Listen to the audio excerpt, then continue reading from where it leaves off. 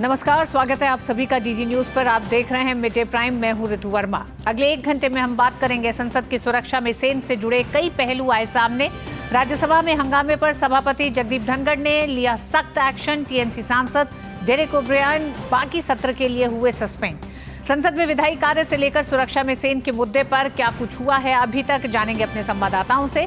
साथ ही बात होगी देश भर की बड़ी खबरों की। बताएंगे कि दुनिया भर में कौन कौन सी खबरों पर है सबकी नजर, क्या चल रहा है खेल और अर्थ जगत में, और कुछ झलकियां फिल्म कला संस्कृति के क्षेत्र से भी होंगी।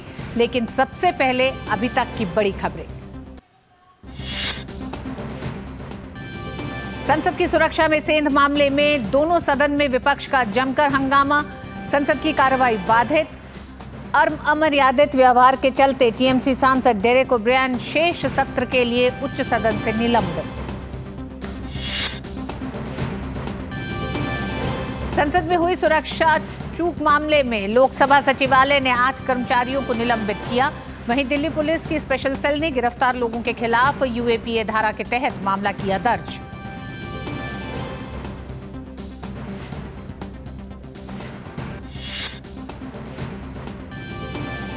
संसद में आज अहम विधायी कार्य सूचीबद्ध। लोकसभा में पोस्ट ऑफिस विधेयक 2023 पर चर्चा रहेगी जारी।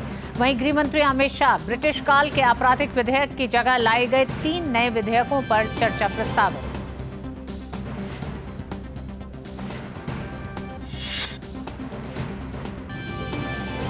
राष्ट्रीय ऊर्जा संरक्षण दिवस आज। राष्ट्रपति द्रौपदी मुर्मू हरियाणा को राष्ट्रीय ऊर्जा संरक्षण पुरस्कार से करेंगी सम्मानित।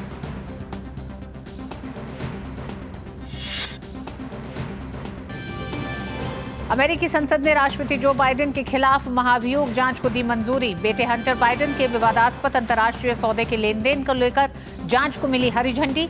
डेमोक्रेट्स ने इस कदम को बताया राजनीति से प्रेरित।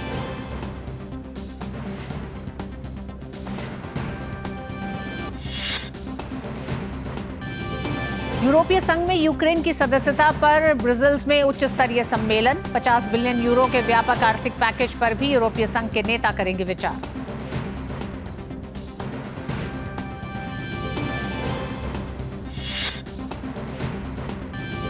खेल की खबरों में भारत और दक्षिण अफ्रीका के बीच तीसरा और निर्णायक T20 मुकाबला आज। सीरीज बराबरी के इरादे से मैदान पर उतरेगी टीम इंडिया।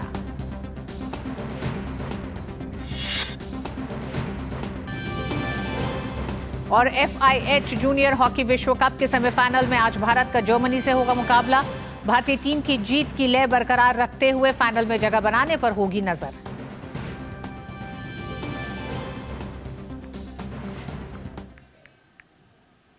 और सबसे पहले बड़ी खबरों पर नजर डालते हैं।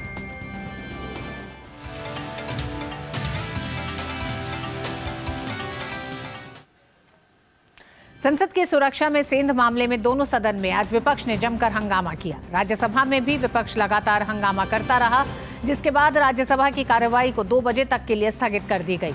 राज्यसभा में हंगामा कर रहे टीएमसी सांसद डेरेक ओब्रायन को सदन से निलंबित कर दिया गया है। डेरेक ओब्रायन संसद में सुरक्षा में चूक को लेकर हंगामा कर रहे थे। सदन की कार्रवाई में बाधा डालने के आरोप में डेरेक ओब्रायन को शेष सत्र के लिए सदन से निलंबित कर दिया गया। और विपक्ष के हंगामे के चलते लोकसभा की कार्रवाई 2 बजे तक के लिए स्थगित कर दी गई है। लोकसभा अध्यक्ष ओम बिरला ने कहा कि संसद की सुरक्षा की जिम्मेदारी संसद सचिवालय की है। बार बार कार्रवाई का आश्वासन दिए जाने के बाद भी विपक्ष ने हंगामा जारी रखा और सदन में जमकर नारेबाजी की, जिसके चलते लोकसभा अध्यक्ष ओम बिरला ने सदन की कार्रवाई को 2 बजे तक के लिए स्थगित कर दिया। माननीय सदस्यगण, जो कल घटना घटी है उस घटना को लेकर हम सब चिंतित हैं और संसद की सुरक्षा की जिम्मेदारी संसद सचिवालय की होती है और हम सब जानते हैं ये सब संसद सचिवालय और क्षेत्राधिकार संसद के अंदर आता है, विशेष रूप से लोकसभा के अंदर आता है। और इसीलिए मैंने आपसे कल चर्चा की है, संवाद किया है, फिर हम चर्चा करेंगे, आप लोगों सबको बुलाकर चर्चा करेंगे। सारी सुरक्षा की जिम्मेदारी और क्षेत्राधिकार लोकसभा सचिवालय का है और इसीलिए लोकसभा सचिवालय फिर आपसे चर्चा करेगा। वहीं लोकसभा में रक्षा मंत्री राजनाथ सिंह ने कहा कि मामले की जांच के आदेश दे दिए गए हैं। साथ ही रक्षा मंत्री ने कहा कि संसद की सुरक्षा के लिए सांसदों की भी जिम्मेदारी है कि वे अराजक लोगों के लिए पास न बन जाएं।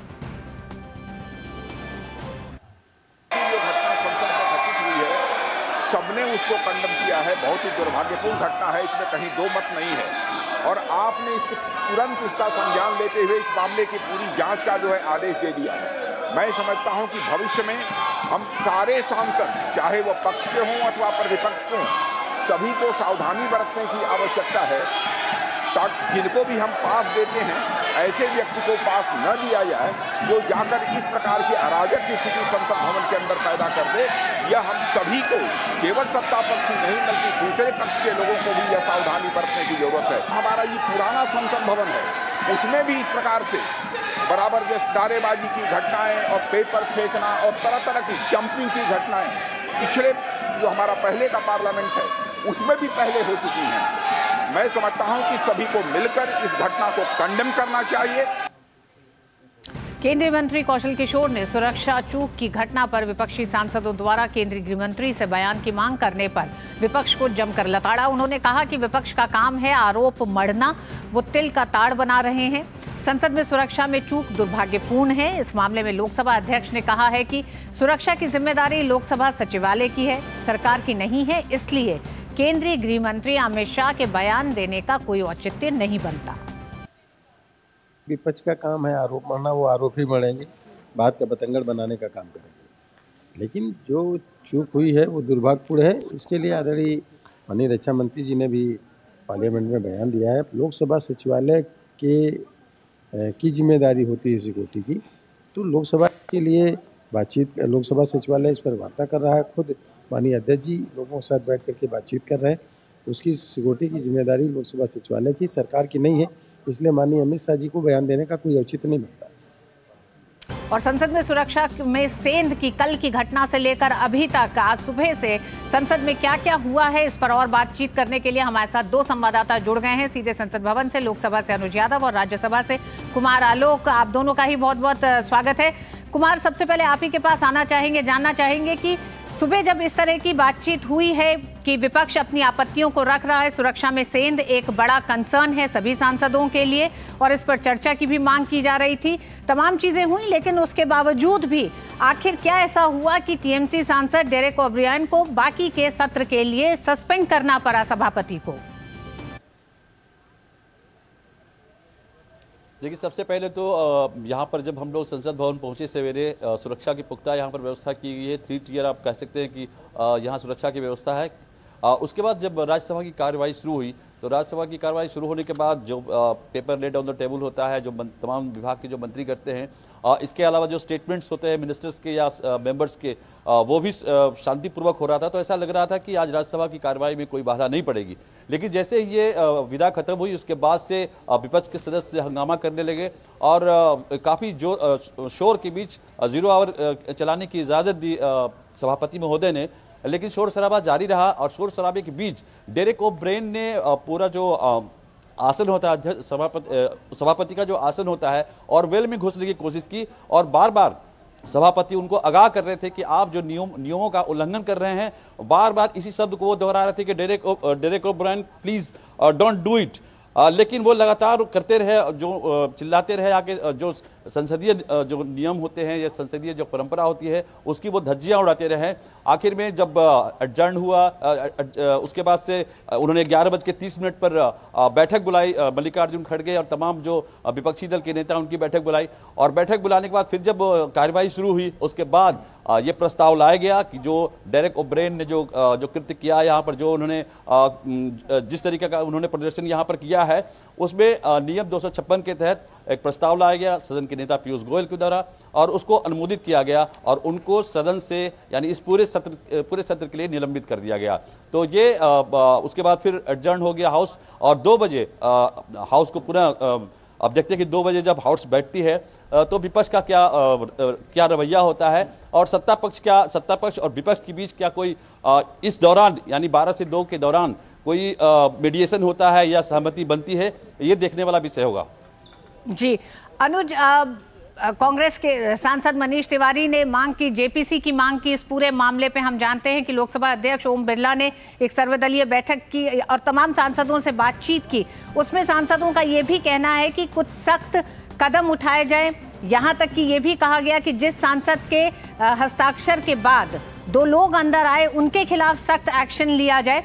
साथ ही साथ लोकसभा अध्यक्ष ओम बिरला ने इस बात का भी आश्वासन दिया कि आने वाले समय में कुछ और बड़े सुधार किए जाएंगे। तो वो क्या सुधार हो सकते हैं? सुबह से लेकर अभी तक में इस पूरे मामले पर क्या क्या हुआ है, आगे किस तरह से चीजें बढ़ रही हैं? देखिए रितु, बिल्कुल आपने सही कहा। लोकसभा के अंदर भी इसी तरह की जो हंगामे की जो तस्वीरें हैं विपक्ष के द्वारा वो देखने को मिली। लेकिन सबसे बड़ी बात यही है, लोकसभा स्पीकर कल भी और आज भी लगातार इस बात को कहते रहे हैं कि सुरक्षा में जो भी सेंध का मामला सामने आया है, जो कुछ कल सदन के अंदर हुआ है, उसके ऊपर विचार करने की जरूरत है और उसमें सभी की सहयोग की जरूरत होगी, चाहे सत्ता पक्ष के लोग हों या विपक्ष के लोग हों। संसद की सुरक्षा की जिम्मेदारी सभी की बनती है। और उन्होंने इस बात को कहा कि जिस तरीके से विपक्ष के जो सांसद हैं वो कह रहे थे कि देश के गृह मंत्री को आकर बयान देना चाहिए, ऐसे में उन्होंने इस बात को साफ तौर पर कहा कि ये गृह मंत्रालय का और सरकार का मामला नहीं है, ये लोकसभा सचिवालय का मामला है, वहां की सिक्योरिटी का मामला है। और इस पर सर्वदलीय उन्होंने कल भी बैठक बुलाई थी, जो विपक्ष के नेता हैं उनको बुलाया था और इस बात को रितु साफ तौर पर कहा था कि जिनके जो भी सुझाव हैं उन सुझावों को माना जाएगा, लेकिन इस पर राजनीति नहीं होनी चाहिए। और आज सुबह से दोनों सदनों के अंदर जिस तरह के हंगामा देखने को मिला है, इस तरह की जो राजनीति करने की कोशिश इस मुद्दे पर हो रही है, इसको लेकर चाहे हम सभापति की बात करें राज्यसभा में या लोकसभा स्पीकर की बात करें, वो इन्हीं दोनों बातों को कह रहे हैं विपक्ष के लोगों से कि आप लोग आकर बैठिए और भविष्य में क्या कुछ सुधार हो सकते हैं उस पर विचार विमर्श होना चाहिए। इस तरह की बात आज अगर लोकसभा की बात करें तो केंद्रीय रक्षा मंत्री राजनाथ सिंह ने इस बात को कहा है कि जो सांसद हैं, क्योंकि सांसद के हस्ताक्षरों के बाद ही विजिटर गैलरी के पास बनते हैं, उसमें और थोड़ा सा ध्यान देने की ज़रूरत है कि कम से कम जो सांसद सिग्नेचर करते हैं, अपने इलाकों से लोगों को जो बुलाते हैं, उस पर भी सांसदों को ध्यान देना चाहिए कि उसका बैकग्राउंड, जिस व्यक्ति को वो यहाँ लेके आ रहे हैं उसका बैकग्राउंड सांसद को पता हो, सांसद उनको जानते हैं और उसमें थोड़ी सी सतर्कता बरतने की ज़रूरत है। तो निश्चित तौर पर बड़े कदम आगे उठाए जाएंगे, क्योंकि जिस तरह की घटना हुई है निश्चित तौर पर इस तरह की घटना नहीं होनी चाहिए। ये सुरक्षा का एक बड़ा मुद्दा है और इसमें सभी की सहयोग की जरूरत है। इस तरह की बातें सामने आई हैं। जी अनुज, कल भी लोकसभा अध्यक्ष ने कहा था कि सुरक्षा से जुड़े कई बड़े सुधार किए जाएंगे, तो क्या आज जब संसद भवन तमाम सांसद पहुंचे हैं तो क्या सुरक्षा में वो क्या बदलाव था जो देखने को मिला? क्योंकि बात ये भी हो रही है कि कल उन दोनों शख्स ने जो स्प्रे का इस्तेमाल करा, उस स्प्रे में उसका ना जांच में पकड़ा जाना, सिक्योरिटी चेक में न आ पाना, उसके पीछे कारण ये बताया जा रहा है अभी तक कि वो एक कलर स्प्रे की तरह से था, यानी कि उसमें कोई ऐसा पदार्थ नहीं था जो वो चेकिंग मशीन उसे डिटेक्ट करती। सुधार में किस तरह से आज सुबह से क्या चेकिंग में कोई बड़े बदलाव देखे गए थे? देखिए, चाहे हम आज अगर हम सदन के अंदर की बात करें, अगर हम संसद परिसर की बात करें, वहां तो सुरक्षा में निश्चित तौर पर आज जो बदलाव दिखे हैं उसमें काफी सख्ती वहां पर बरती जा रही है। और सिर्फ संसद परिसर में ही नहीं ऋतु, बल्कि संसद से जो बाहर का इलाका है, चाहे हम पीटीआई बिल्डिंग की बात करें, ट्रांसपोर्ट भवन है, आकाशवाणी है, वहीं से ही बैरिकेडिंग की गई है और जिन लोगों के पास बने हैं सिर्फ उन्हीं लोगों को संसद के बाहर वाला जो परिसर है वहां तक आने की अनुमति है, या मीडिया कर्मी हैं तो उनका वैलिड जो आईडी कार्ड है उसको देखकर ही आने दिया जा रहा है, बाकी लोगों को आने नहीं दिया जा रहा है। इससे पहले होता क्या था कि संसद परिसर के बाहर लोग यहां आ जाते थे। अंदर की बात करें तो निश्चित तौर पर जो विजिटर्स काफी संख्या में पिछले दिनों में आ रहे थे, फिलहाल उस पर थोड़ी सी सख्ती बरती गई है और जिस तरीके से सांसदों के पीए और बाकी लोगों के पास बनते थे उसमें सख्ती बरती गई है। तो आज थोड़ी सी कड़ी सुरक्षा देखने को जरूर मिल रही है, लेकिन ये जो स्थायी बदलाव हैं वो किस तरीके के होंगे, निश्चित तौर पर ये जो अभी तमाम बैठकें चल रही हैं, लोकसभा स्पीकर ने भी बुलाई हैं, राज्यसभा की जो सिक्योरिटी है वो भी अलग होती है, लोकसभा की सिक्योरिटी अलग होती है। तो कुल मिलाकर 3 स्तरीय सुरक्षा होती है। अगर मैं सबसे बाहर की बात करूं तो दिल्ली पुलिस की जिम्मेदारी होती है। अगर मैं गेट की बात करूं या अंदर की बात करूं तो QRT गाड़ी जो होती हैं वो पैरामिलिट्री फोर्स में CRPF की जिम्मेदारी होती है। और सदन के अंदर की बात करें तो वहां पर जो संसद की सिक्योरिटी है वो लोग होते हैं। तो इनका आपस में और तालमेल किस तरीके से बेहतर हो सकता है, इन सभी बातों पर विचार विमर्श किया जाएगा। और भविष्य में इस तरह की घटना ना हो, इसको लेकर निश्चित तौर पर कड़े कदम भी उठाए जाएंगे और सभी लोगों के विचार विमर्श से ये सारी बातें आगे होंगी। जी आलोक, हम जानना चाहेंगे, राज्यसभा की कार्रवाई 2 बजे तक के लिए स्थगित है। क्या 2 बजे चीजें सामान्य रहेंगी? क्या लगता है कि चर्चा हो पाएगी, बातचीत हो पाएंगे? और लोकसभा और राज्यसभा दोनों में जो अहम बिल हैं, अनुज से लोकसभा के बारे में पूछेंगे, लेकिन राज्यसभा में क्या क्या वो विधायी कार्य हैं जो होने हैं, जो कि कम से कम विपक्ष के इस मुद्दे पर इतना आक्रामक होने का असर उन विधायी कार्यों पर ना पड़े? देखिए बिल तो काफ़ी इंपॉर्टेंट है। और अगर हम एप्रोप्रिएशन बिल की बात करें, विनियोग विधेयक की हम बात करें, तो विनियोग विधेयक राज्यसभा में उसको रखा जाएगा और उसको फिर वापस लोकसभा भेजा जाएगा। जो बजटीय प्रावधान होता है उस प्रावधान को अमली जामा पहनाने के लिए ये विधेयक लाया जाता है सदन में। दूसरा जो सबसे इम्पोर्टेंट बिल है, जम्मू कश्मीर रीऑर्गेनाइजेशन जो बिल है वो लाया जाने वाला है। गृह मंत्री अमित शाह उसको यहाँ पर पेश करेंगे। इसमें ये प्रावधान है कि जो 33% रिजर्वेशन दिया गया है महिलाओं को, तो इन कश्मीर में भी ये कानून बनने के बाद कश्मीर के लोगों को भी, कश्मीर के जो रिप्रेजेंटेटिव्स हैं, खासकर महिला रिप्रेजेंटेटिव, उनको इसका 33% रिजर्वेशन का फायदा मिलेगा। और दूसरा है यूनियन टेरिटरीज अमेंडमेंट बिल। जो यूनियन टेरिटरीज है हमारे, उनको भी ये अधिकार होगा कि 33% जो रिजर्वेशन है इन यूनियन टेरिटरी के जो निवासी हैं वो भी इसके हकदार हो जाएंगे। तो ये बड़ा इंपॉर्टेंट बिल है और सरकार को ये आशा थी कि आज वो बिल लिस्टेड भी था और उनको ये उम्मीद थी कि इसको हम आज पारित करवा लेंगे और बाद के दिनों में जो विधायी कार्य हैं उसको वो पूरा कर सकेंगे। लेकिन जैसा कि आपने ऋतु कहा कि क्या 2 बजे के बाद चल पाएगा या नहीं चल पाएगा, ये तो हाइपोथेटिकल क्वेश्चन है कि वो सदन शुरू होने के बाद जो विपक्ष के तेवर और सत्ता, मैंने आपको पहले भी बताया कि क्या इस दौरान यानी 12 बजे से 2 बजे के बीच में सरकार और विपक्ष के बीच कुछ समन्वय की बात बनी है। अगर समन्वय की बात बनी है तो हो सकता है कि जब 2 बजे सदन की शुरुआत जब होगी तो मामला अगर बनता हुआ दिखेगा तो सदन की शुरुआत होगी, सदन सुचारू रूप से कार्य करेगा और मैंने जो बिल्स आपको बताया, जो इंपॉर्टेंट बिल्स है, उस पर चर्चा होगी और पारित करने की कोशिश करेगी सरकार। लेकिन जिस तरीके से टीएमसी के डेरेक ओब्रेन को निलंबित किया गया है, उसको देखते हुए लगता है विपक्ष का जो तेवर है काफी, जो पार्लियामेंट से निकल रहे थे, सांसद निकल रहे थे, वो यही कह रहे थे कि जी इस निलंबन को लेकर के वो फिर आक्रामक हो सकते हैं। ये देखने वाली बात होगी। जी अनुज, बहुत संक्षेप में आपसे, लोकसभा में आज अमित शाह को जो जिन बिलों पे चर्चा होना है आपराधिक मामलों से जुड़े, क्या उस पे 2 बजे के बाद हम हो सकता है इस पे चर्चा शुरुआत हो सके? देखिए, अगर शुरुआत हुई और एक बार से लोकसभा के अंदर अच्छा माहौल देखने को मिला कार्रवाई के लिहाज से, तो निश्चित तौर पर आज एक महत्वपूर्ण 3 ऐसे बिल हैं जो देश की जनता को बड़ा फायदा उनसे होगा। देश के अंदर जो आपराधिक न्याय प्रणाली है उसमें सुधार के जो बिल हैं वो केंद्रीय गृह मंत्री अमित शाह उनको पेश करेंगे, संभावित है। और निश्चित तौर पर इसमें जो सबसे बड़े और कड़े प्रावधान हैं वो ये हैं कि महिलाओं के प्रति होने वाले अपराध और बच्चों के खिलाफ होने वाले अपराधों के अंदर जो स्टैंडिंग कमेटी ने, जो संसद की स्टैंडिंग कमेटी हैं, जो सिफारिशें दी हैं, उनको सिफारिशों को मानते हुए इस बिल को पेश किया जाएगा। क्यों हम जानते हैं कि ये जो बिल है ये पिछले सत्र में भी पेश किए गए थे, लेकिन उसमें स्टैंडिंग कमेटी को ये बिल भेज दिया गया था। तो इसमें न्याय प्रणाली को और मजबूत बनाना, क्योंकि पहले के जो कानून है सीआरपीसी और आईपीसी, उसमें दंड देने की प्रक्रिया तो है, लेकिन दंड देने के साथ साथ न्याय भी लोगों को मिले, इस तरह के प्रावधान इन बिलों के अंदर हैं। काफी महत्वपूर्ण बिल है और उम्मीद है जब ये बिल आज पेश होंगे तो एक चर्चा के बाद पास भी होंगे। बहुत बहुत धन्यवाद अनुज और कुमार आलोक, आप दोनों के लिए विस्तार से बताने के लिए, सुबह से लेकर अभी तक की कार्रवाई। और उम्मीद करते हैं कि विपक्ष और सत्ता पक्ष के बीच एक समन्वय कायम होगा, जिससे कि तमाम वो विधायी कार्य जो राज्यसभा और लोकसभा में आज के लिए तय हैं वो आगे बढ़ सके। वक्त एक छोटे से ब्रेक का है, ब्रेक के बाद होंगी कुछ और खबरें। आप देखते रहिए मिड डे प्राइम। तुम्हें पता है इन्वेस्टर्स के लिए एक इन्वेस्टर प्रोटेक्शन फंड होता है IPF। लेकिन अगर तुम्हारा ट्रेड एक्सचेंज पर एग्जीक्यूट नहीं हुआ या फिर कोई गारंटीड रिटर्न्स वाली स्कीम है तो ये IPF आपकी मदद नहीं कर सकता है। और अगर आपका ब्रोकर ही डिफॉल्टर बन जाए तो फिर IPF आपको कॉम्पेंसेशन दिला सकता है। कहाँ से सीखा? NSE की साइट पर। समझकर इन्वेस्ट कर।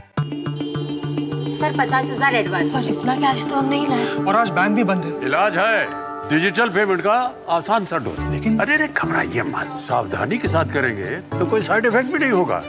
फोन लाइए मुझे, यहाँ फोन लगाइए। डिजिटल पेमेंट से लेन देन हो सकता है आसान, सुरक्षित और तेज। मैंने तो इन्हें डिजिटल पेमेंट सिखा दिया है आपने, क्योंकि RBI कहता है कि डिजिटल पेमेंट अपनाओ, औरों को भी सिखाओ।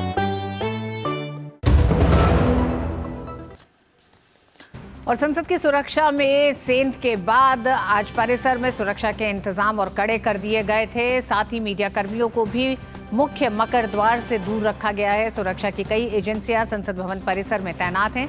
सुरक्षा के मुद्दे पर बैठकें भी की जा रही हैं। इससे पहले लोकसभा सचिवालय के अनुरोध पर गृह मंत्रालय ने संसद की सुरक्षा में सेंध से जुड़े मामले की जांच का निर्देश दिया है। इसके लिए CRPF के महानिदेशक अनीश दयाल सिंह के नेतृत्व में एक जांच समिति गठित की गई है। इस समिति में अन्य सुरक्षा एजेंसियों के सदस्य और विशेषज्ञ भी शामिल हैं। ये जांच समिति संसद की सुरक्षा में चूक के कारणों की जांच करेगी। ये समिति चूक का पता लगाने के साथ साथ जरूरी सुझाव भी देगी। जांच समिति संसद में सुरक्षा सुधार संबंधी सुझावों सहित सिफारिशों के साथ अपनी रिपोर्ट जल्दी से जल्दी सौंपेगी। फिलहाल दर्शक दीर्घा पास जारी नहीं होंगे और सांसदों के निजी सहायकों का प्रवेश भी फिलहाल रोक दिया गया है। और इसी खबर पर नीरज हमारे साथ जुड़ गए हैं। नीरज, दिल्ली पुलिस ने UAPA के तहत ये मामला दर्ज किया है। 5 लोगों की गिरफ्तारी हुई है। ललित नाम का एक शख्स है जिसकी तलाश जारी है। क्या अभी तक का अपडेट इस पूरे मामले पर? देखिए, बिल्कुल तलाश जारी है क्योंकि ललित झा वो शख्स है जिसके पास इन लोगों के जो मोबाइल डिवाइस हैं वो उपलब्ध हैं। अब इस मोबाइलों में जो इन आरोपियों के मोबाइल हैं कि उनमें किस तरह की बातचीत हो रही थी, किस तरह के मैसेजेस का आदान प्रदान हो रहा था। इसके अलावा पिछले कुछ समय से इनकी जो एक्टिविटीज़ हैं वो किस तरह की थी और क्या इनसे कोई बाहर का कोई शख्स जो देश से बाहर है वो इनके संपर्क में था। और ये तभी संभव हो सकता है कि जब इनके जो मोबाइल हैं वो बरामद कर लिए जाएं। यही कारण है कि ललित झा को खोजने के लिए दिल्ली पुलिस की स्पेशल सेल लगातार छापेमारी की जो कार्रवाई है वो कर रही है। इसके साथ ही दिल्ली पुलिस की जो फॉरेंसिक टीम है वो भी अब कार्रवाई लगातार कर रही है। इनके तमाम जो मीडिया प्लेटफॉर्म है उनको खंगालने की कोशिश की जा रही है। पिछले कुछ समय से इनकी किस तरह की एक्टिविटीज़ रही हैं, पिछले 1 साल में किस तरह के धरना प्रदर्शन में इन्होंने भाग लिया है, ये पता लगा है कि एक सोशल साइट के माध्यम से ये तमाम आरोपी एक दूसरे से मिलते थे, एक दूसरे से बातचीत करते थे, अपनी सूचनाओं का आदान प्रदान करते थे। जब इस घटना को बुधवार को इन लोगों ने अंजाम दिया था उससे पहले गुरुग्राम में ये सारे एकत्र हुए थे, वहाँ पर एक प्लानिंग बनी थी। उसके बाद इंडिया गेट पहुँचे थे और इंडिया गेट में जो स्मोक क्रैकर है वो एक्सचेंज किया गया। उसका और बाकायदा एक जो वीडियो है वो भी बनाया गया था। चूँकि अब वो मोबाइल फ़ोन जब जब्त हो जाएंगे तो वो वीडियो भी सामने आ जाएगा। और आपने देखा होगा कि किस तरीके से संसद के अंदर इन लोगों ने इस घटना को अंजाम दिया और बाहर भी उनके जो सहयोगी हैं इस घटना को अंजाम दे रहे थे। तो निश्चित तौर पर अब स्पेशल सेल के सामने कई तरह की चुनौतियां, कई सारे सवाल हैं इनके मोबाइल डिवाइस को लेकर, इनके सोशल मीडिया प्लेटफॉर्म को लेकर, इनकी एक्टिविटीज़ को लेकर और ये किन किन लोगों के संपर्क में थे उनको लेकर। इन तमाम सवालों के जवाब खोजने के लिए स्पेशल सेल लगातार छापेमारी की कार्रवाई कर रही है और ललित झा है उसको खोजने का जो प्रयास है वो किया जा रहा है। UAPA के तहत इनके ऊपर जो मामला है वो दर्ज किया है। आपको पता है कि 2019 से पहले UAPA के ऊपर जो मामला दर्ज होता था वो आतंकवादी संगठनों के ऊपर होता था या कई सारे जो व्यक्ति जो आतंकवादी गतिविधियों में लिप्त रहते थे। लेकिन 2019 में सरकार ने UAPA में संशोधन किया था।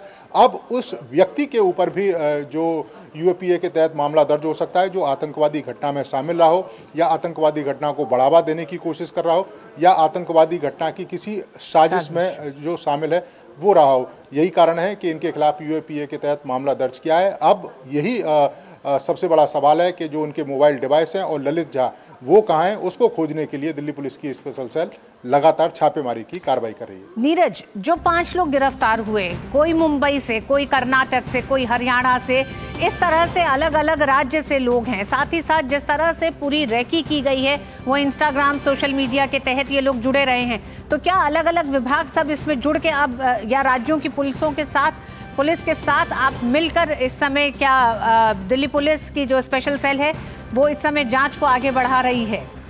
देखिए, बिल्कुल जांच को आगे बढ़ा रही है और हरियाणा पुलिस के साथ दिल्ली पुलिस संपर्क में, इसके अलावा उत्तर प्रदेश पुलिस के साथ संपर्क में है। मैसूर में भी जो स्पेशल सेल के अधिकारी हैं वो अपने लोग हैं उनको भेज रहे हैं ताकि पुलिस के साथ कोऑर्डिनेशन किया जा सके और ये पता लगाया जा सके कि ये लोग कहाँ कहाँ एक्टिव थे। इसके साथ साथ ही अगर आप देखें कि जिस तरीके से ये लोग तमाम अलग अलग जगह से होते हुए भी एक मीडिया प्लेटफॉर्म जो बताया जा रहा है कि भगत सिंह फैंस क्लब, उसके माध्यम से ये लोग आपस में बातचीत करते थे, उस समय जुड़े हुए थे और 1 साल पहले भी ये लोग एकत्र हुए थे और करीब 9 महीने पहले ये योजना बनाई गई थी। जुलाई में जो सागर है वो यहाँ पर पहुँचा था और उसने कोशिश करी थी पार्लियामेंट के अंदर घुसने की, लेकिन घुस नहीं पाया। लेकिन पार्लियामेंट के बाहरी हिस्से में जो सुरक्षा व्यवस्था रहती है उसकी बारीकी से उसने जांच की थी, रैकी करी थी और उसके बाद जब ये मंगलवार को गुड़गांव में रुके, वहाँ पर उन्होंने एक प्लानिंग बनाई और उसके बाद बुधवार को इस प्लानिंग को अंजाम दिया। तो ये तमाम सवाल हैं जिनके जवाब स्पेशल सेल है वो खोजने की कोशिश कर रही है। तमाम राज्यों की पुलिस के साथ उनका जो संपर्क है वो भी है। इसके अलावा हरियाणा की बात करें और उत्तर प्रदेश की बात करें तो वहां पर स्पेशल सेल के जो अधिकारी हैं वो पुलिस के साथ संपर्क में है और एक टीम उनकी गई भी हुई है वहां पर। जी, बहुत बहुत धन्यवाद नीरज इस पूरी जानकारी के लिए, इस पूरे मसले पे। और आइए अब नजर डालते हैं अन्य राष्ट्रीय खबरों पर।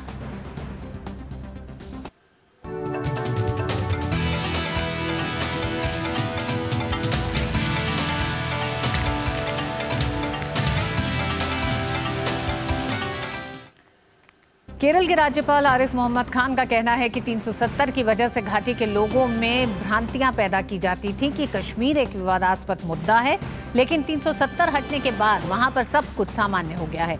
दरअसल आरिफ मोहम्मद खान अमरोहा में एक कार्यक्रम में शामिल होने पहुंचे थे। मीडिया से बातचीत में उन्होंने अनुच्छेद 370 पर उच्चतम न्यायालय के फैसले की प्रशंसा की। आरिफ मोहम्मद खान ने कहा कि मैंने 15 वर्ष पहले ही कहा था कि जम्मू कश्मीर से अनुच्छेद 370 को हटाया जाए। 15 साल पहले कहा कश्मीर में कोई समस्या ही नहीं है। कश्मीर आप जाके देखिए, नॉर्मल है कश्मीर। असल बात यह है कि लोगों के मन में ये भ्रांति पैदा की जाती थी कि कश्मीर डिस्प्यूटेड मामला है। केंद्रीय स्वास्थ्य मंत्री डॉक्टर मनसुख मांडविया ने प्रेस वार्ता कर महिला सशक्तिकरण के लिए केंद्र सरकार के प्रयासों पर की सराहना की। मनसुख मांडविया ने कहा कि महिला उद्यमियों को 10 लाख से 1 करोड़ तक का लोन मिलता है। कोई महिला एंटरप्रेन्योर्स हो, स्टार्टअप करे और वो स्टैंड अप होना चाहते हैं, अपने क्षमता पर खड़ी होना चाहती है, 10 लाख से 1 करोड़ की बैंक से सहाय मिले, उसके लिए भारत सरकार ने योजना चालू की। उसके लाभार्थी 80% महिलाएं हैं। मुद्रा योजना की हम बात करें तो मुद्रा योजना की 68% लाभार्थी महिलाएं हैं। महिलाओं का सशक्तिकरण के लिए मोदी गवर्नमेंट ने जो काम किया है उसका लाभ लेके हमारे देश की महिला आज सशक्त और संबल हो रही है। मनसुख मांडविया ने कहा कि 2047 तक भारत विकसित राष्ट्र बनेगा, उसमें महिलाओं की भूमिका अहम है। भारत सरकार ने, हेल्थ विभाग ने जो प्रयास किया है उसका आउटपुट आज दिखने लगा है। आने वाले दिनों में हमारे देश की महिलाएं, जब हम आज़ादी का अमृत काल से पास हो रहा है और मोदी जी ने 2047 यानी कि देश आज़ादी का शताब्दी वर्ष मनाता हो, उस वक्त भारत विकसित राष्ट्र बने और ये विकसित राष्ट्र बनाने में हमारे देश की महिलाओं की भूमिका बराबरी की हो, बढ़ चढ़ के हो। देश की राजधानी नई दिल्ली में चल रही global partnership on artificial intelligence GPAI का आज अंतिम दिन है। इस शिखर सम्मेलन में 29 सदस्यों के गठबंधन ने सर्वसम्मति से नई दिल्ली घोषणा को अपनाया है। आईटी और इलेक्ट्रॉनिक्स राज्य मंत्री राजीव चंद्रशेखर ने बुधवार को आर्टिफिशियल इंटेलिजेंस पर चल रही वैश्विक साझेदारी के दौरान ये जानकारी दी। उन्होंने कहा कि घोषणा में ये सुनिश्चित करने का प्रयास किया गया है कि एआई और इसके लाभ वैश्विक दक्षिण सहित दुनिया के सभी देशों के लिए समावेशी और उपलब्ध हों।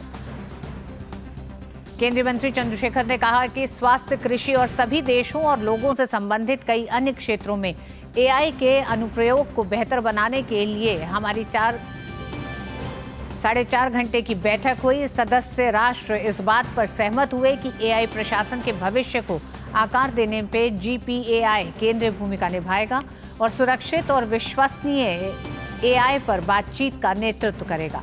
केंद्रीय मंत्री ने गुरुवार को ब्रिटेन के एआई और बौद्धिक संपदा मंत्री विस्काउंट कैमरोज और जापान के नीति समन्वय, आंतरिक मामलों और संचार मंत्रालय के उप मंत्री हिरोशी योशिदा से भी मुलाकात की। राष्ट्रीय राजधानी में 12 से 14 दिसंबर तक ग्लोबल पार्टनरशिप और आर्टिफिशियल इंटेलिजेंस शिखर सम्मेलन का आयोजन किया गया, जहां विभिन्न क्षेत्रों के प्रभावशाली लोग कृत्रिम बुद्धिमत्ता यानी आर्टिफिशियल इंटेलिजेंस की प्रगति पर चर्चा और सहयोग करने के लिए एकत्रित हुए।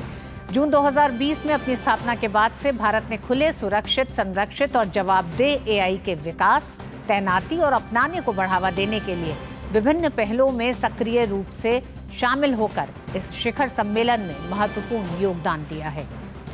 आर्टिफिशियल इंटेलिजेंस पर वैश्विक साझेदारी एक अंतर्राष्ट्रीय पहल है जो कृत्रिम इंटेलिजेंस के जिम्मेदार विकास और उपयोग को इस तरह से निर्देशित करने के लिए स्थापित की गई है जो मानव अधिकारों और इसके सदस्यों के साझा लोकतांत्रिक मूल्यों का सम्मान करती है। दिल्ली के भारत मंडपम में जारी शिखर सम्मेलन का शुभारंभ मंगलवार को प्रधानमंत्री नरेंद्र मोदी ने किया था। पीएम ने एआई के नैतिक उपयोग के लिए वैश्विक ढांचा तैयार करने के लिए मिलकर काम करने पर बल दिया था। केंद्रीय इलेक्ट्रॉनिक्स, सूचना और प्रौद्योगिकी राज्य मंत्री राजीव चंद्रशेखर ने कहा कि इस दिशा में सभी देश मिलकर काम करेंगे। Delhi Declaration deals with collaborations between like-minded countries to create applications out of AI that can help peoples of all the countries of the world, which is creating more and more applications in healthcare and agriculture, real-life cases.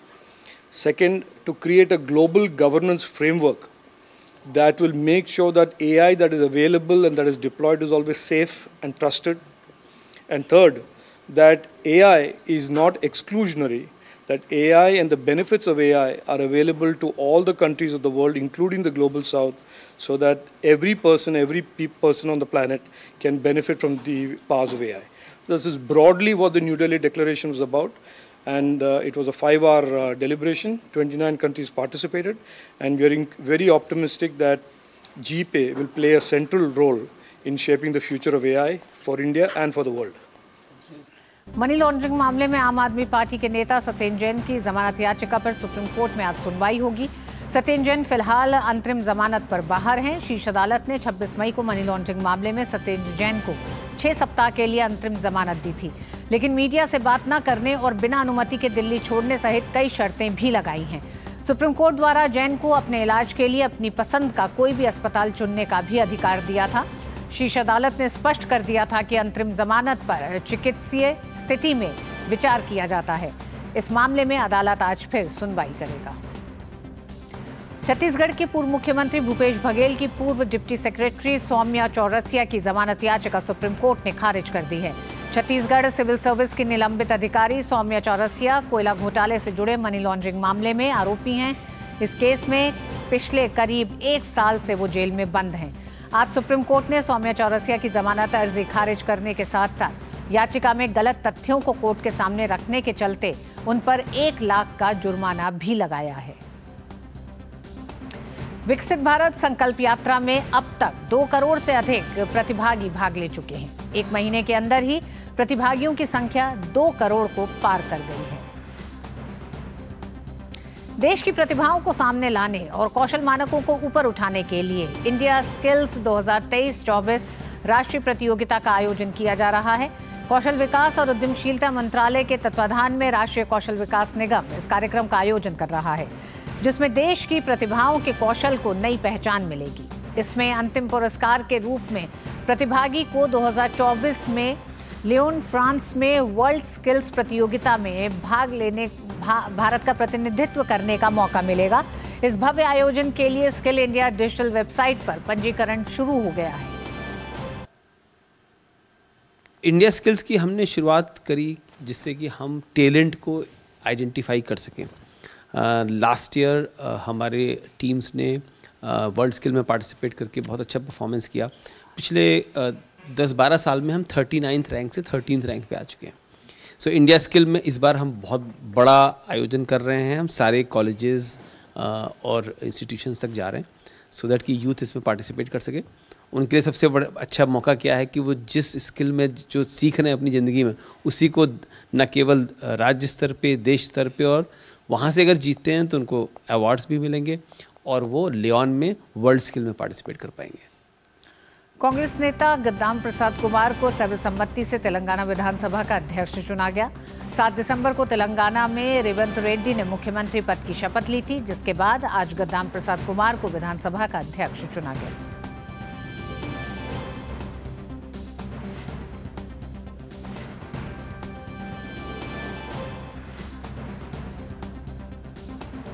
और mid day prime में वक्त एक छोटे से break का।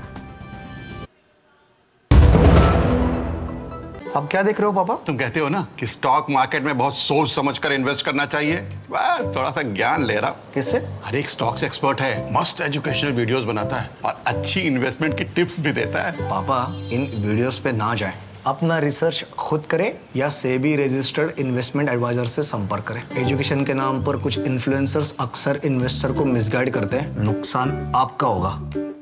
सोच कर समझ कर इन्वेस्ट कर। और आइए अब बात उन खबरों की जो दुनिया भर में सुर्खियों में छाई हुई हैं।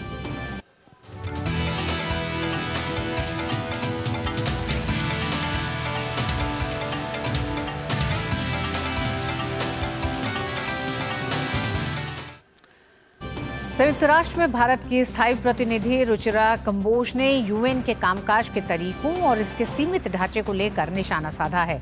अलग अलग देशों के बीच विवादों को कम करने के मुद्दे का जिक्र करते हुए कंबोज ने कहा कि 2009 के बाद से जिस तरह हम देशों के बीच अलगाव को पाटने की कोशिश कर रहे हैं और मुद्दों पर सम्मेलन के लिए कोशिशें बढ़ा रहे हैं, अब उसी तरह अंतर सरकारी समझौतों के 15वें साल में पहुंचने के साथ मेरे और मेरे प्रतिनिधिमंडल का ये मानना है कि नई बोतल में पुरानी शराब से कोई नतीजा नहीं निकलेगा।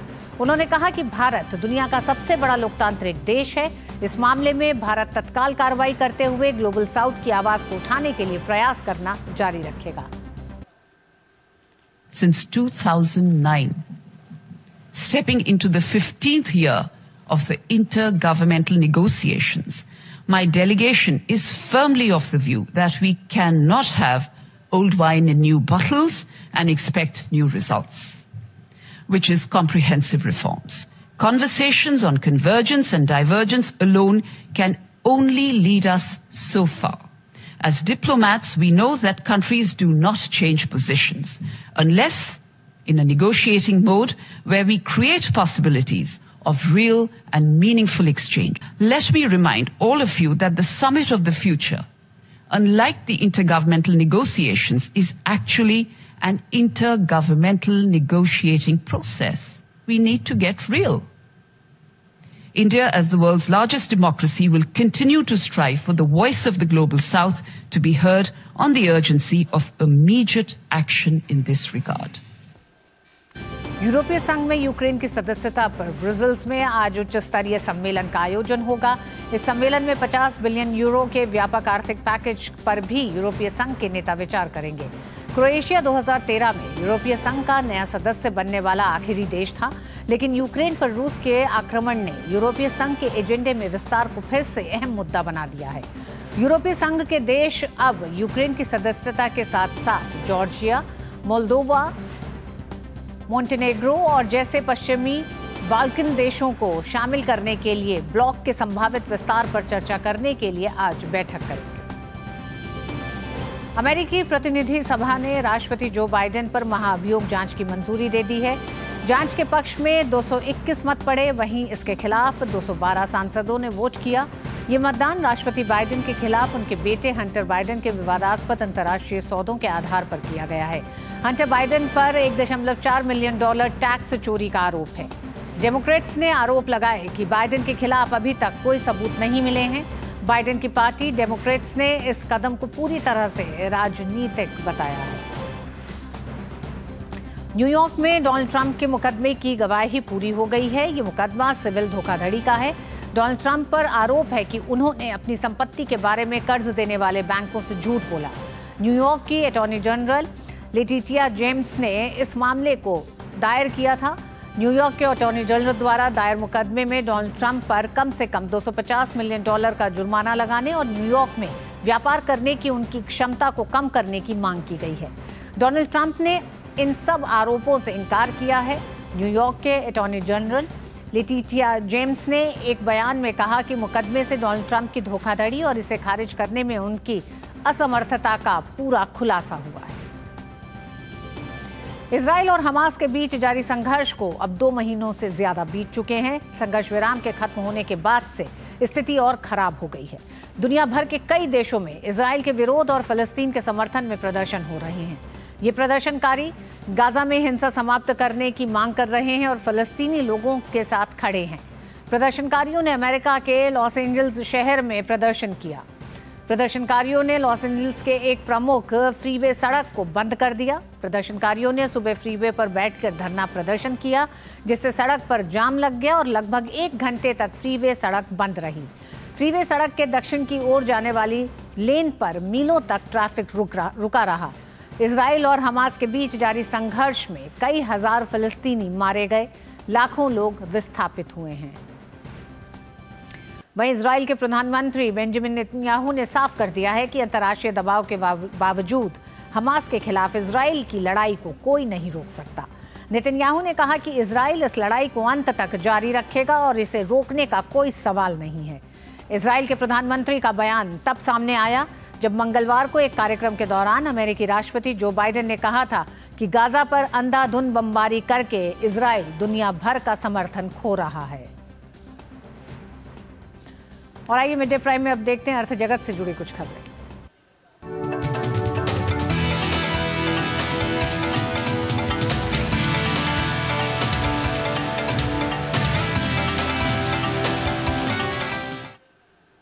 अमेरिकी फेडरल रिजर्व के फैसले का असर भारतीय शेयर बाजार पर भी देखने को मिला। सप्ताह के चौथे कारोबारी दिन आज भारतीय शेयर बाजार बढ़त के साथ खुले। कारोबार की शुरुआत में सेंसेक्स 561 अंक की बढ़त के साथ 70,146 के स्तर पर खुला। वहीं निफ्टी 163 अंक की बढ़त के साथ 21,089 के स्तर पर खुला। फिलहाल की बात करें तो अब से कुछ देर पहले सेंसेक्स 865 अंकों से अधिक की बढ़त के साथ 70,450 से अधिक के स्तर पर कारोबार करता नजर आया। तो वहीं निफ्टी भी 240 अंक से अधिक की बढ़त के साथ 21,165 से अधिक के स्तर पर कारोबार करता नजर आया। कल कारोबार के आखिर में सेंसेक्स और निफ्टी दोनों हरे निशान के साथ बंद हुए थे। भारत की अर्थव्यवस्था जिस रफ्तार के साथ आगे बढ़ रही है, उसने दुनिया में अधिकतर देशों का ध्यान अपनी तरफ खींचा है। आज काफी देश भारत में निवेश करने के इच्छुक हैं, लेकिन इसके बावजूद कुछ लोग ऐसे भी हैं जो भारत की आर्थिक तरक्की को लेकर हमेशा सवाल या निशान लगाते रहे हैं। ऐसे ही लोगों को आईना दिखाते हुए हाल के दिनों में एक समाचार वेबसाइट फर्स्ट पोस्ट ने एक आर्टिकल पोस्ट किया था, जिसमें बताया गया है कि किस तरह विदेशों में बैठे कुछ लोग भारत की विकास यात्रा को हजम नहीं कर पाते।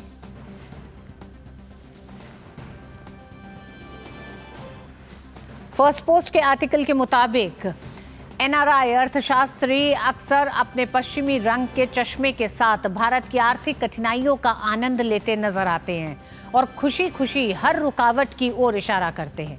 लेकिन जैसे ही भारत की अर्थव्यवस्था गति पकड़ती है तो वो लोग फोरेंसिक ऑडिटर के रूप में बदल जाते हैं। जिस तेजी के साथ भारत का आर्थिक विकास हो रहा है, वैसे वैसे उनका ये संदेह भी भारत की आर्थिक सफलता के सीधे अनुपात में बढ़ता दिखता है।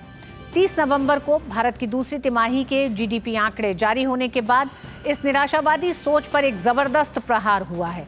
भारत की अर्थव्यवस्था ने बॉलीवुड की कमजोर अर्थव्यवस्था की तरह जुलाई सितंबर तिमाही के लिए 7.6% की वृद्धि दर के साथ सभी को आश्चर्यचकित कर दिया, जो आरबीआई के मामूली 6.5% के पूर्वानुमान से कहीं अधिक है।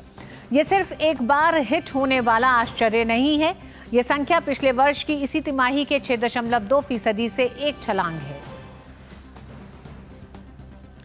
विनिर्माण क्षेत्र ने अप्रत्याशित वृद्धि का प्रदर्शन करते हुए दूसरी तिमाही में 13.9% की वृद्धि दर्ज की, जो पिछले वर्ष की समान तिमाही में 3.8% संकुचन से एक उल्लेखनीय उछाल है।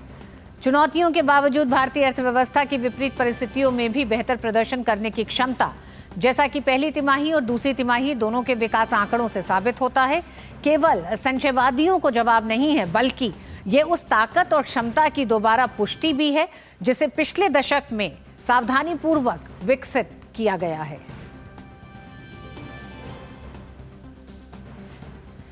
Make in India, startup India, skill India, wed in India के बाद अब बारी है एक्सपीरियंस इन इंडिया की।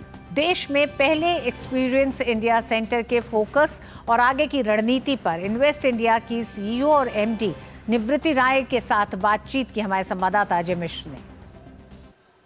इन्वेस्ट इंडिया ने पहली बार इंडिया एक्सपीरियंस सेंटर का निर्माण किया है। अशोक भूमि में मेरे साथ बात करने के लिए बहुत ही खास मेहमान है सीईओ और एमडी इन्वेस्ट इंडिया की निवृत्ति राय। बहुत धन्यवाद मैम। पहला फोकस, ये पहला एक्सपीरियंस कैसा है और इस बार का फोकस क्या रखा है आपने? ठीक है, तो पहले तो मैं आपको बताना चाहती हूँ, इस पूरे जो आप ये देख रहे हैं, जो हम दिखा रहे हैं सब प्रोडक्ट्स, टेक्नोलॉजी और सर्विसेज, तो इसको मैं कहना चाहती हूँ एक्सपीरियंस इंडिया 0.1। जब तक हम 1.0 बनेंगे ना, जो जल्दी ही बनेंगे, तब आप देखिएगा कि हम कितनी तरक्की कर चुके होंगे दिखाने के लिए दुनिया को। इसका मतलब आपने वर्चुअल रियलिटी, ऑगमेंटेड रियलिटी का इस्तेमाल करके पूरा एक एक्सपीरियंस जोन बनाने का कोशिश किया है। हमें ये भी पता चला है कि जो पंचतत्व होते हैं, 5 सेंसेस, उनका भी यहाँ पे आपने डिस्प्ले किया और उसको 5G जैसी बड़ी इमर्जिंग फ्यूचर टेक्नोलॉजी के साथ ब्लेंड किया है। बिल्कुल, हमने ना इंसान की इंटेलिजेंस, नॉर्मल मैनुअल इंटेलिजेंस और आर्टिफिशियल दोनों का इस्तेमाल किया है। अगर आप उधर उस तरफ देखेंगे तो आपको एक ऐसा शोकेसिंग मिलेगा जहां वो कमल की पत्तियों से, कमल की डंडियों से फाइबर बना रहे हैं और फैब्रिक बना रहे हैं। मतलब कितना सस्टेनेबल है। कोई भी डाइस जो इस्तेमाल कर रहे हैं वो ऑर्गेनिक है। तो हाथ की क्राफ्ट, चाहे आप हमारे शॉल्स देख रहे हैं, चाहे हमारे ये वीगन लेदर, दुनिया में आजकल ये जोर चला हुआ है कि जानवरों को मत मारो चमड़ों के लिए। हमारे देश में ऐसा लेदर बन रहा है जिसका आपको एहसास नहीं होगा कि वो लेदर नहीं है, वो वेजिटेबल से बना हुआ लेदर है। तो हम इतना कुछ कर रहे हैं हर एंगल में। मेरा मकसद है कि इन्वेस्ट इंडिया के ज़रिए हम अपना भारत दिखाएं। एक्सपीरियंस इंडिया का आप कह रहे हैं कि नेक्स्ट स्टेज कहाँ कहाँ लेकर के आप जा रही हैं और किस तरह से आप इंडिया स्टोरी को प्रोपेगेट करना चाहेंगी फ्यूचर में? हम एक्सपीरियंस इंडिया दुनिया भर में ले जाना चाहते हैं, क्योंकि हम दुनिया को दिखाना चाहते हैं कि जो देश कल्चरली इतना आगे है, जो स्पिरिचुअली इतना महसूस करता है, वो देश टेक्नोलॉजी में भी कितना आगे है। हम हैंडक्राफ्ट से लेकर टेक्नोलॉजी दुनिया को दिखाएंगे। और मेरा ये डिज़ायर है कि हर देश में दिखाएं और सबसे पहला हमारा पड़ाव होगा डावोस में। बहुत बहुत धन्यवाद मैम बात करने के लिए और उम्मीद है कि ये जो कहानी है एक्सपीरियंस इंडिया की और नए ऊंचाई पर जाएगी, नए कीर्तिमानों छूएगी। बहुत बहुत धन्यवाद वक्त निकालने के लिए, हमसे बात करने के लिए। तो फिलहाल ये पहली बार ऐसा हो रहा है कि इन्वेस्ट इंडिया को पूरी दुनिया तक ले जाने की कोशिश अब शुरू हो चुकी है और आगे अभी बहुत सारे पड़ाव आने बाकी हैं। अजय मिश्र, DD न्यूज़, यशोभूमि, द्वारका, नई दिल्ली। नॉर्वे के व्यापार मंत्री जॉन क्रिश्चियन वेस्ट्रे और स्विस आर्थिक मामलों की राज्य सचिव हेलेन बुडलिगर आर्टिडा भारत के दौरे पर हैं। देश की राजधानी दिल्ली पहुंचे दोनों अधिकारियों का भारत दौरा सरकार के साथ व्यापार समझौते को लेकर काफी अहम है। यात्रा के दौरान दोनों अधिकारियों ने वित्त मंत्री निर्मला सीतारमण और वाणिज्य मंत्री पीयूष गोयल के साथ बैठकें की, जिसके बाद भारत और यूरोपीय मुक्त व्यापार संघ EFTA के सदस्य देश मुक्त व्यापार पर समझौते के करीब पहुंच रहे हैं। नॉर्वे के व्यापार मंत्री ने कहा कि वे भारत और सदस्य देशों के बीच मुक्त व्यापार समझौते पर हो रही प्रगति देखकर खुश हैं। वहीं स्विस आर्थिक मामलों की राज्य मंत्री हेलेन बुडलिगर आर्टिडा ने कहा कि दोनों पक्ष मुक्त व्यापार समझौते को लेकर 15 वर्षों में इतने करीब कभी नहीं आए थे। उन्होंने उम्मीद जताई है कि जल्द ही समझौते को अंतिम रूप दे दिया जाएगा। सदस्य देशों के लिए समझौता कितना अहम है, इसका अंदाजा इसी बात से लगाया जा सकता है कि इसी साल वेस्टरे तीसरी बार और वहीं आर्टिडा 7वीं बार भारत आए हैं।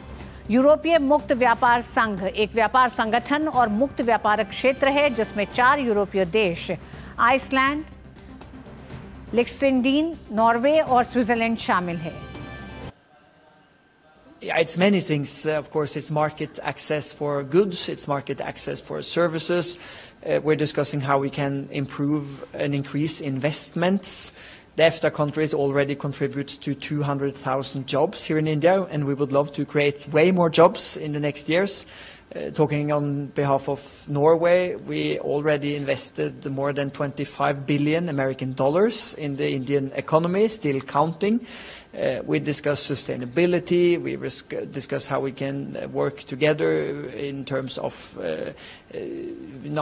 developing and utilizing, implementing new cost-efficient solutions to reduce our carbon emissions. India has a very bold statement and a great plan which says that 50% of electricity should come from renewable sources by 2030. It's going to be a very impactful free trade agreement. Of course, for us, I think the value proposition is very clear. It's the massive home market, but our companies are also currently evaluating where they're producing. They're looking at their value chains, and India has, as you know, sparked not only our interest, but I think many people are coming to India because we feel not only the home market offers incredible opportunities, but I think you're also going to be the next big thing when it comes to manufacturing hub for services. I think you're going to do very well on innovation, on R&D. और mid day prime में आइए अब देखते हैं खेल जगत से जुड़ी कुछ खबर।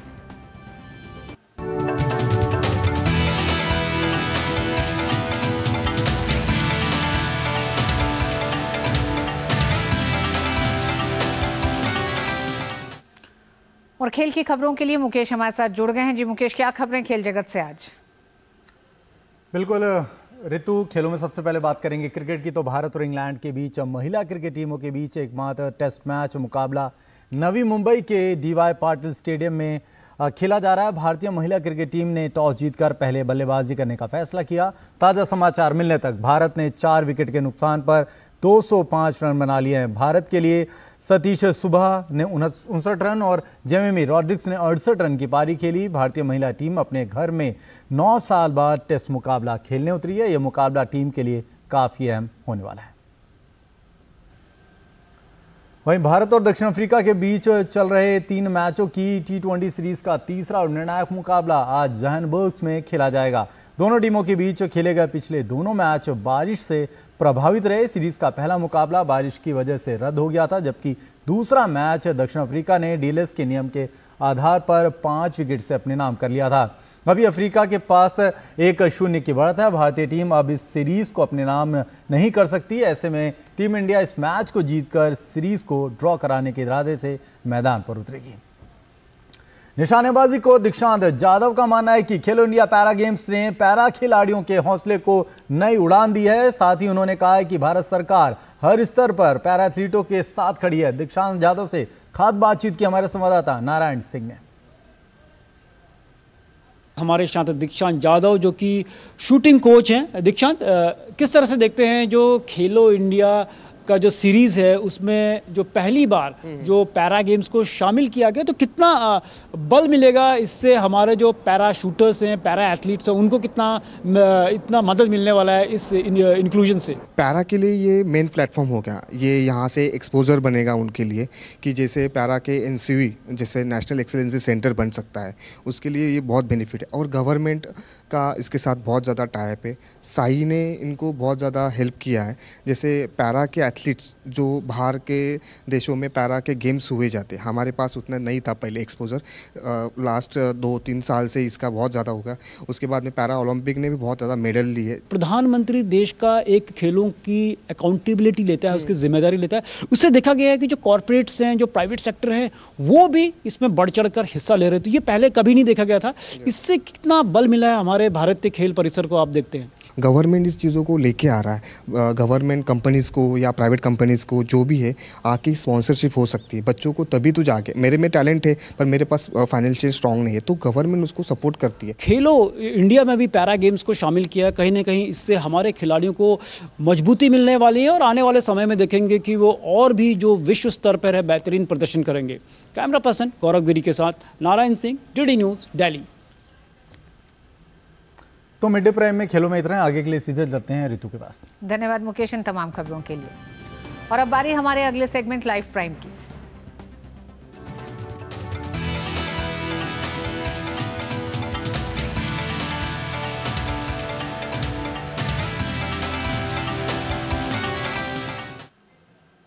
जम्मू कश्मीर के एक युवा कलाकार ने अपनी बनाई पेंटिंग के जरिए स्वच्छ भारत अभियान और बेटी बचाओ बेटी पढ़ाओ जैसे सामाजिक संदेश दिए हैं। आइए देखते हैं इस नवोदित कलाकार की कलाकारी को।